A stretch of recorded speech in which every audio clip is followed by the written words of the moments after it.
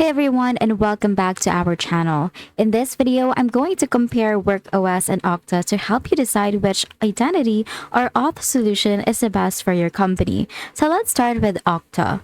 Okta is one of the most recognized names in identity and access management. It offers enterprise-level features, lots of integrations, multi-factor authentications or MFA, compliance options, and robust security controls.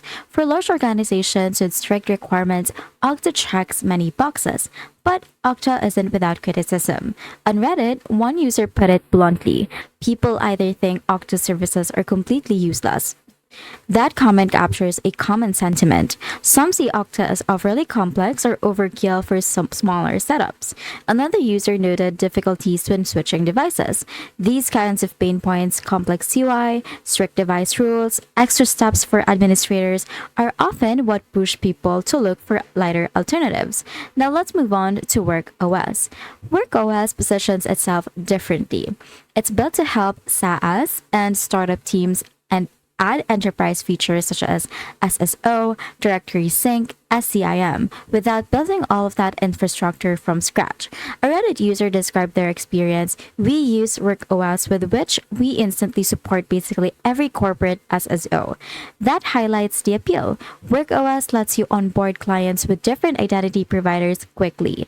According to WorkOS' own blog, their team used it to reduce SSO implementation time from what would have taken weeks to just days. Of course, WorkOS also has trade-offs. Some devs note limited documentation or edge case issues. For instance, one thread on our next.js talked about challenges accessing organization data on the client side, which shows that setup and client-server coordination can get tricky. So which one should you use? If your company is large, needs strict compliance, and already has complex identity requirements, Okta is hard to beat. It's built for scale and has the robustness enterprises expect. If you're a startup or mid-sized SaaS company wanting to support enterprise features without over-engineering, WorkOS may be the smarter pick.